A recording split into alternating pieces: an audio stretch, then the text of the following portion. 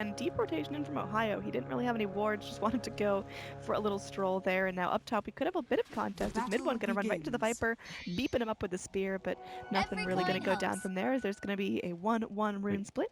Windrunner snapping it up, and that means the Axe is actually going to take the Rune for Why himself. did he take the Rune? Viper was right there. I mean, I guess maybe scared that PL would level Doppelganger and try to go onto the Rune. I mean, he was running away. I don't know.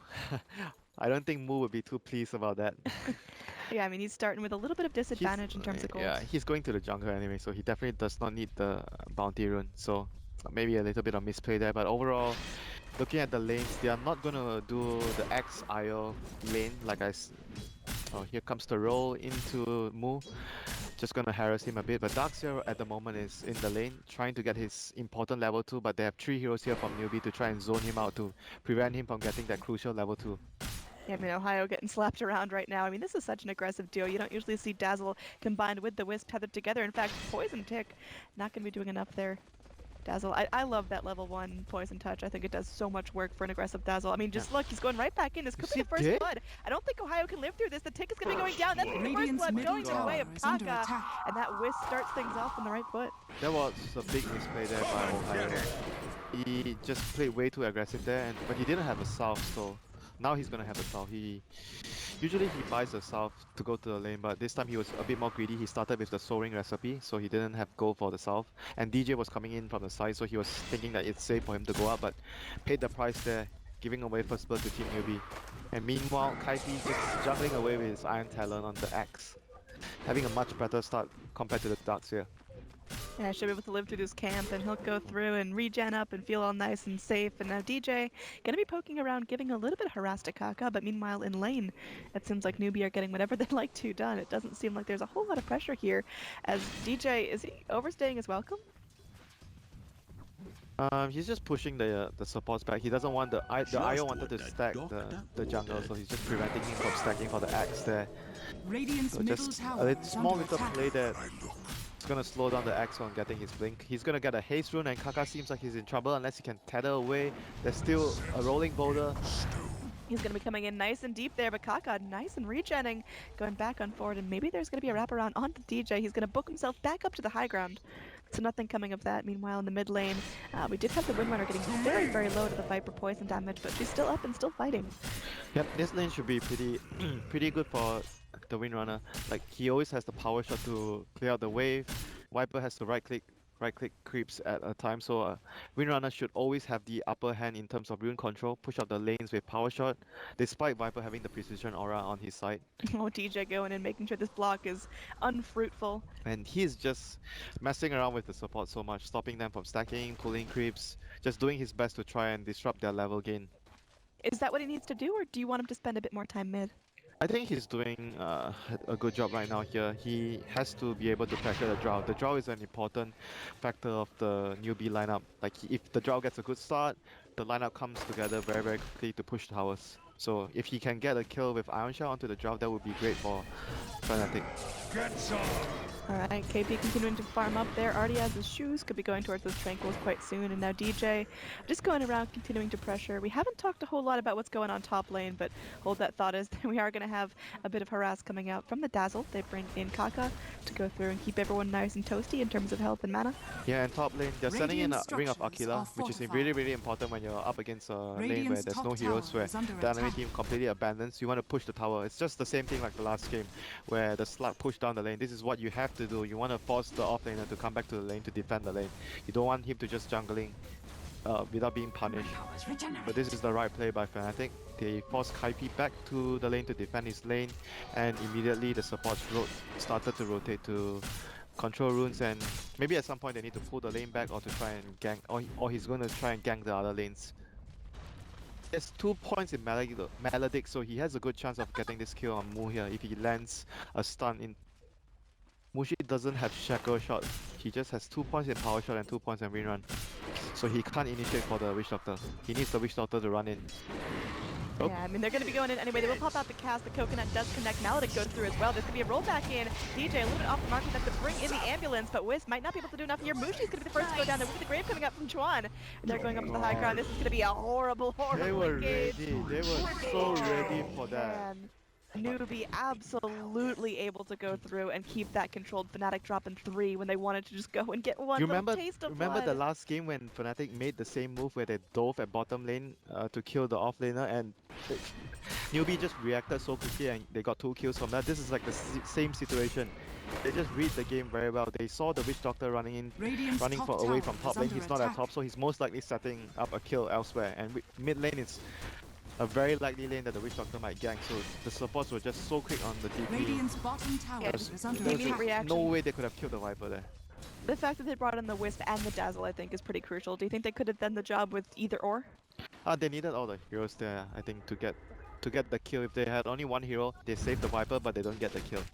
Pop into the Frost Arrows, it's not going to be enough. Meanwhile, Witch Doctor's able to get the kill on the IO in the back line, so looking good for Fnatic right now. They take out 2, and now there's going to be Windrunner just strolling through. They should be able to secure this tower as well. That's just about as good as Fnatic could have hoped. Yeah, this is much better movement than getting all the heroes down here, especially the PL. Like I said during the draft, PL is very good at using the Iron Shells early to run at the enemies and to take fights like this.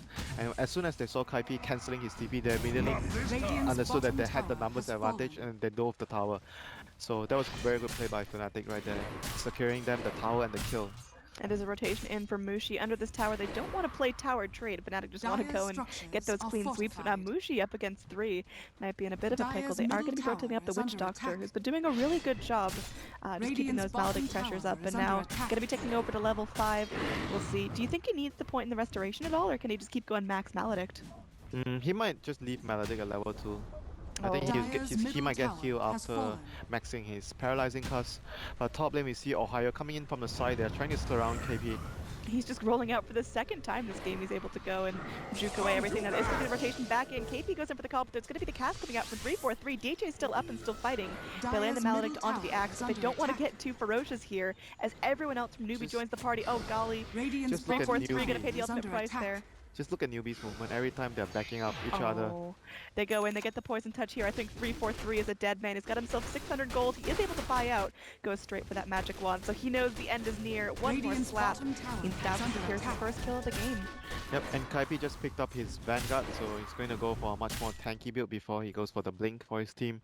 Gonna allow him to run around, push out lanes, and he's going to be a much harder target. And mid lane Fnatic trying to force the tower with a double damage Rune on Mushi, but Newbie wants to defend their towers. They're going to send in their Viper right away, and Axe is running in by the side. They go and they get the Viper strike here. Mushi ticking down very low. Even Wind run up. He's still going to be taking a ton of damage. There is going to be the kick coming back in, holding Kpii in his tracks. And meanwhile, they are going to be going back in. The Doppelganger buying some time for mid one, but he could still be in trouble getting slowed down by the poison. Oh, he's sprinting away, but he is going to get culled down by the blade of Axe. Quick and swift, and that looks like it hurts. Look at their rotations and their reactions towards what Fnatic are doing. And Newbie is just really good at rotating quickly. They don't waste any time. Like some teams, they move a bit slower than Fnatic gets out of the situation without getting punished. But Newbie just move around so quickly and were able to net themselves a kill on the PL. Yeah, it seems like this synergy is absolutely there. When someone calls for help, you know exactly who's got the TP, and just the pathing has been fantastic. No one charging in from the same route, so there's no bottlenecks. It seems like Newbie are very good at spreading their damage around the area of the fight. You know what? If your pub games will go like this, you'll be having so much fun every game. Like so much team, like the team play is just amazing from Newbie right now. It's just such a pleasure to watch the way they move around, further pulling themselves ahead in terms of net worth and map control right now.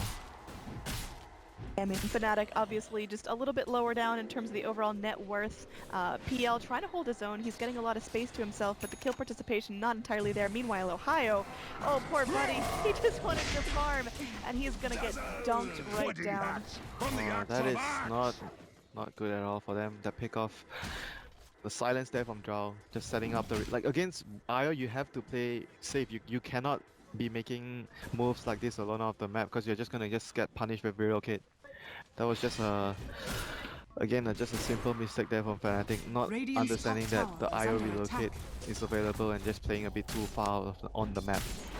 Yeah, I really love the IO here from Newbie because it seems like it doesn't have one designated partner. It's not like IO Tiny where they're always going to be latched together. You've got to be wary of IO Viper, IO Drow, IO Axe. He's more like, you know, there's two ways of playing IO. This game, the IO is more like the support that runs around to make sure that no one dies. Like you win your lane with the hero and you don't pick the hero specifically for a partner, and you make a, like, it still fits very well with Viper, like a tank in front and you tether to him, you keep him alive in team fights, and the hero builds a mech. So early into the game, Dire's around bottom this tower is stage, under attack. it's very difficult for Fnatic to deal with it because you have Radiant's that top 500 tower burst is heal. under attack. It's very, very hard to bring Oh, down they heroes. go in. They are able to the call onto Ohio. There's nothing he can do. Once again, called down. Now DJ jumping in. The fight goes one by one. Nice match time spending on the all side. Maybe they can kill on Kaka, but the next comes down to DJ. Will lose his life, and there's going to be that death ward coming up. Oh, he's still alive. The grave keeps him up. Dazzle does whatever he can to keep him alive, and Ash is still up. Still fighting. Witch Doctor, the lone survivor. He's going to go in. The fling in will connect against the Viper Strike as well, and that's going to be a full wipe onto Fnatic. Oh my god, he killed he got such a big call behind enemy lines when they initiated with the Earth Spirit behind. Kaipi just cut off Fnatic's backup and they couldn't run in and help the Earth Spirit get kills. He just got one kill with the Magnetize, but that's about it. That was just very coordinated play by Newbie once again. Coming back in, the roll connecting onto the Axe. The Axe goes in, gets the call onto DJ on the back lines. Ohio looks for something, will pop out the wall. The vacuum back in, actually a lot of damage. The vacuum has popped out. Maybe they can get something down the back lines. Ranger gets the kill onto Windrider and the kill onto... Okay. Oh no. Oh, this was what they needed to happen. Mid-one gets double kill here, but will end up giving his life. Only the Dark Seer alive. And there's nothing they can do to stop this push. 3-4-3 going back in, the Guts connects. And look at the raw damage there. That's 2 arrows, taking out a third of the pipe on the Dazzle even now. Oh my goodness, they are not going to be able to tickle these guys at all.